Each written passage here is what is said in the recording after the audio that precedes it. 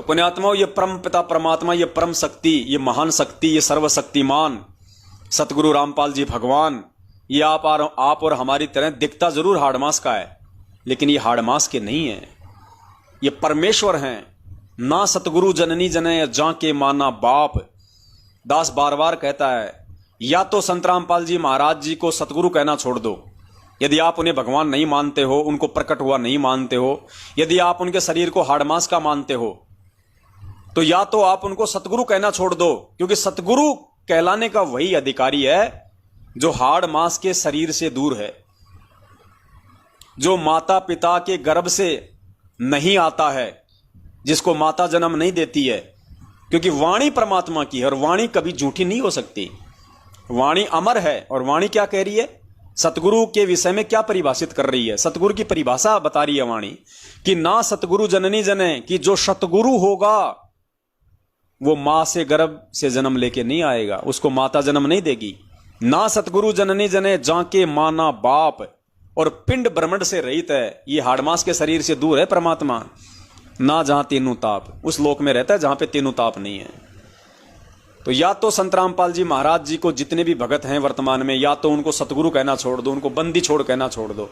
जो बात बात पे नारे लगा देते हो ना, बंदी छोड़ सतगुरु रामपाल जी महाराज की जय, तुम बंदी छोड़ भी कह रहे हो, तुम सतगुरु भी कह रहे हो, और मनाते हो तुम उनका जन्मदिन, मानते हो अपने जैसे हाड़मास वाला, तो तुम उल्टे परमात्मा के दोषी हो रही हो। तुम तो सोच रहे हो कि हम तो जयकारी लगा के भगवान को खुश कर रहे हैं, तुम भगवान को दुखी कर रहे हो, क्योंकि तुम्हारी इस करनी और इस कथनी में रात दिन का अंतर है।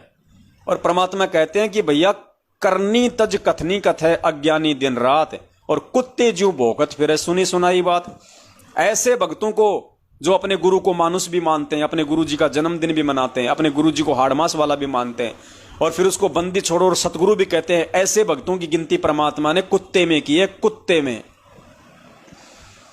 तो भाई हम सत्सेवक तो इस कुत्ते शब्द से दूर हो चुके हैं मालिक की दया से। हम तो हमारे परमेश्वर को परमेश्वर ही मान रहे हैं, परमेश्वर को हाड़मास का नहीं मानते। परमेश्वर की तेज पुंज की देह है, ये सौद स्वरूपी परमात्मा है, ये अविनाशी भगवान है। रोज संध्या आरती पढ़ते हो,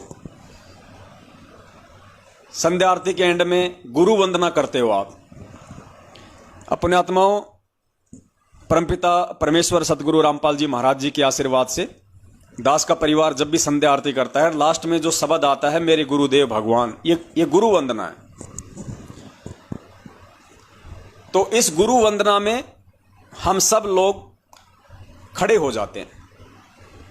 2 4 5 मिनट जब तक ये शब्द चलता है, हम सब परमात्मा की वंदना खड़े होके करते हैं, हाथ जोड़ के, मेरे गुरुदेव भगवान। मालिक की जो वाणी है, दियो काट काल की फांसी, पूरा परिवार परमात्मा की वंदना खड़े होके करता है, क्योंकि ये गुरु वंदना है। दास ऐसे जयपुर में चला गया था। अब बहुत सारे भाइयों को नहीं पता इन सब बातों का, तो उसके घर पे आरती करने लग गए। आरती के बाद जैसे शब्द आया, तो मैं और कजोड़ भगत जी दोनों खड़े थे। हम दोनों तुरंत खड़े हो गए और परमात्मा की वंदना की। वो भाई नीचे बैठा रहा, वो नीचे बैठा रहा, और हम दोनों भाई खड़े होकर परमात्मा का पूरा भजन गाया। उसके बाद में मालिक को दंडोत किया, नीचे बैठ गए। तो उसके बाद उसने कहा कि भाई आप लोग खड़े क्यों हुए? गुरुजी ने कब आदेश दिया? इनके पास तो एक डंडा है कि गुरुजी ने कब आदेश दिया। अरे तुम्हें हर चीज के लिए गुरुजी आदेश देंगे? तो दिन में 3 बार लेटरिन जाता है, तुझे गुरुजी आदेश देते हैं क्या? तो दिन में 3 बार चाय बना के पीता है, गुरुजी से आदेश लेता है क्या? कुछ कॉमन सेंस भी होती है इंसान के पास में। भाई वो गुरु वंदना है, और गुरु वंदना करते समय तुम नीचे बैठे हो, काहे कि तुम गुरु वंदना कर रहे हो? अरे पहले हम इन देवी देवताओं की आरती करते थे, ओम जय जगदीश हरे, स्वामी जय जगदीश हरे, जय गणेश देवा, माता थारी पार्वती, पिता महादेवा, खड़े होके करते थे या बैठे बैठे करते थे? तो जब उन पत्थरों के सामने हम खड़े होके और गुरु वंदना करते थे, तो आज तो जिंदा कबीर है, आज क्यों नहीं करेंगे? फिर दास ने उसको कहा कि भाई मुझे एक बात बता, जब तू राष्ट्रगान गाता है, जन गण मन अधिनायक जय है, बैठा बैठा करता है या खड़ा होके करता है? बोला खड़ा होके करता हूं। क्यों करता खड़ा होके? क्यों करता है? बोले उसको सम्मान देने के लिए। तो वो राष्ट्रगान तेरे गुरु से बड़ा है क्या, जो तू जन गण मन करते समय तो खड़ा हो जाता उसके सम्मान में? और तेरा गुरु जो तेरे दरबार में विराजमान है, जो पल पल तुझे देख रहा है, उस गुरु की वंदना तू बैठा बैठा कर रहा है, तो काहे का भगत है नालायक? ठीक है, नहीं ज्ञान था जब तक हम भी बैठे बैठे कर रहे थे, लेकिन जब परमात्मा सद्बुद्धि दे दे, किसी एक दूसरे भगत भाई बहन के माध्यम से जब हमें सच्चाई का मालूम पड़ जाए, तो उसके बाद भी क्या बैठे बैठे गुरु वंदना करेगा? सारी आरती में थोड़े तुझे कोई खड़ा होने के लिए बोल रहा है। सारी आरती बैठ के करो, लास्ट का शब्द है मालिक का, मेरे गुरुदेव भगवान दियो काट काल की फांसी, और वो भी बैठे बैठे मांग रहे हो कि मेरी फांसी काट दो। पुण्यात्माओं, जो भगत भाई बहन अभी तक, क्योंकि ये कॉमन सेंस की बातें हैं, ये कोई आदेश नहीं है, और ना गुरु जी आपको आदेश देंगे इस तरह के, ये आपके खुद की सोच की बातें हैं इतना ज्ञान सुनने के बाद। तो लास्ट में संध्या आरती में जो शब्द आता है, मेरे गुरुदेव भगवान दियो काट काल की फांसी, दास का पूरा परिवार, कजोड़ जी का पूरा परिवार, जितने भी भगत भाई बहन हमारे संपर्क में है, दास ने पहले भी एक बार जिक्र किया था, सब हम खड़े होकर गुरु जी की वंदना करते हैं।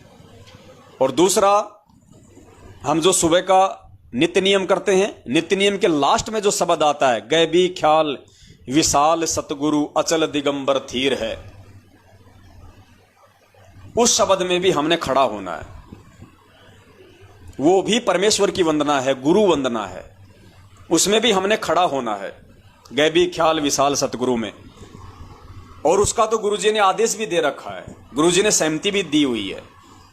आपने शायद एक बहन का इंटरव्यू सुना होगा, महाराष्ट्र के लोग थे, और गुरुदेव ने ही अपने सत्संग में उस बात का जिक्र किया था कि महाराष्ट्र के कोल्हापुर से कुछ भगत भाई बहन आए हुए थे, और उन्होंने कहा कि जी हम आपकी सुबह का ये नित्य नियम हम वो कर रहे थे, और जब नित्य नियम के समय जब लास्ट में जो शब्द आता है, गैबी ख्याल विशाल सतगुरु, उस समय पूरा परिवार खड़ा होके आपकी वंदना करता है। गुरुदेव बता रहे हैं अपने मुख कमल से, वो नहीं बता रहे थे, गुरुदेव सत्संग में बता रहे थे कि उन्होंने कहा कि जब सुबह का नित्य नियम में जब लास्ट का शब्द आता है, गैबी ख्याल विशाल सतगुरु, तो हम खड़े होके आपकी वंदना करते हैं। और जी प्रतिदिन की तरह जैसे ही वो शब्द आया, हम खड़े हो गए।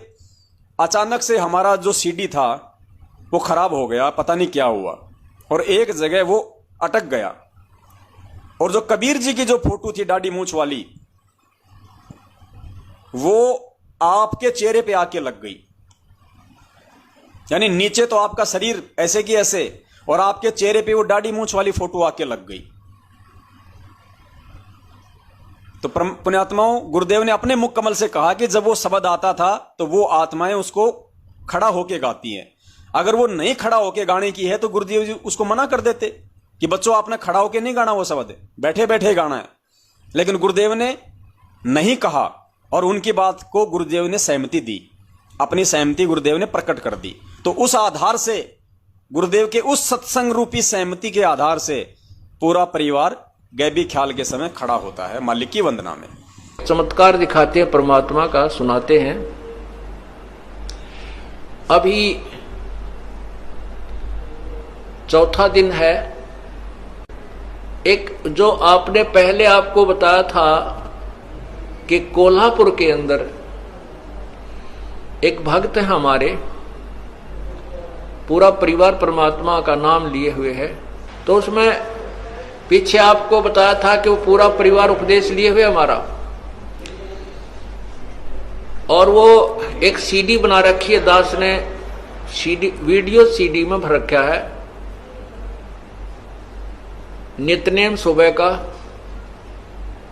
तो वो वीडियो सीडी लगा करके और टीवी में चला करके पूरा परिवार सत्संग सुबह का नित्यनेम किया करता है। तो वो बता रहे थे कि हम शाम जब पिछले 8 श्लोक रह जाते हैं, गैबी ख्याल विशाल सतगुरु अचल दिगंबर थीर है, भक्ति हेत आन काया धरे आए अवगत सत कबीर है। तो वो जब शुरू होता हम खड़े हो जाते हैं और आदर सत्कार से ये सोचते हैं कबीर परमात्मा सतलोक से आते हैं तभी जीवों का कल्याण करते हैं। कहते हैं हम इतना सुन ही रहे थे, उसी समय इस दास का जो रमे उसमें टीवी पर जो सीडी में चल रहा था ये चलचित्र, उसके ऊपर कबीर परमात्मा का चेहरा आकर के स्थापित हो गया। इतना आपको फोटो दिखाया था, अभी दिखाते हैं। तो उसमें इस दास के चेहरे पर परमात्मा का चेहरा टीवी में आकर के ऐसे चिपक गया। ये तो कंप्यूटर से भी जो है ना मिक्सर से जाकर के बनता है, और वहां टीवी के अंदर परमात्मा सीडी के अंदर बना दिया। तो कहते हैं हमारी आंखों में पानी आ रहा है, हम थर थर कांप रहे हैं, और 25 मिनट तक बहुत देर तक रहा, और उसके फोटो लिए उन्होंने, परमात्मा को पकड़ा, कैमरे में बंद किया, और फिर कहते हैं हमने ही उसको ऑफ कर दिया, नहीं तो वो मालिक का न्यू चेहरा बना रहा। और कितना बड़ा संकेत दिया परमात्मा ने उस सत्संग के माध्यम से।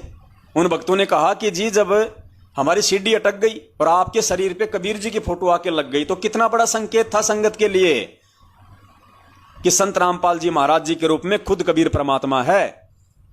और फोटो दाढ़ी मूंछ वाली इसलिए लग गई क्योंकि संगत उस समय तक, क्योंकि वो पुरानी बात है, लगभग 2008 या 6 के आसपास की बात है वो।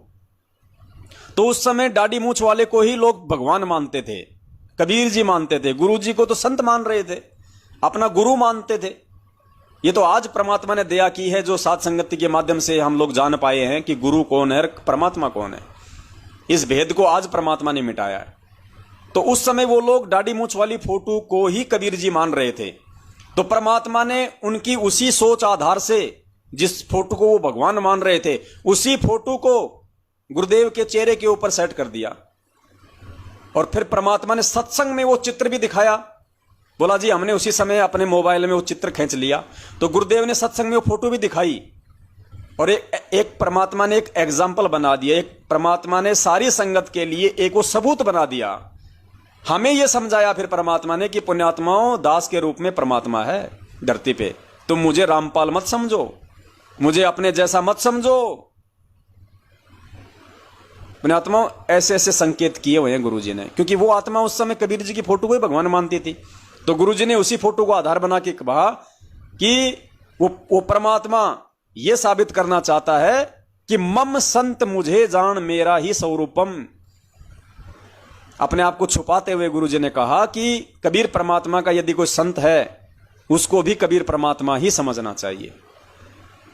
तो ये बहुत सारी बातें हैं पुण्यात्माओं, लेकिन अब समझाएं किसको।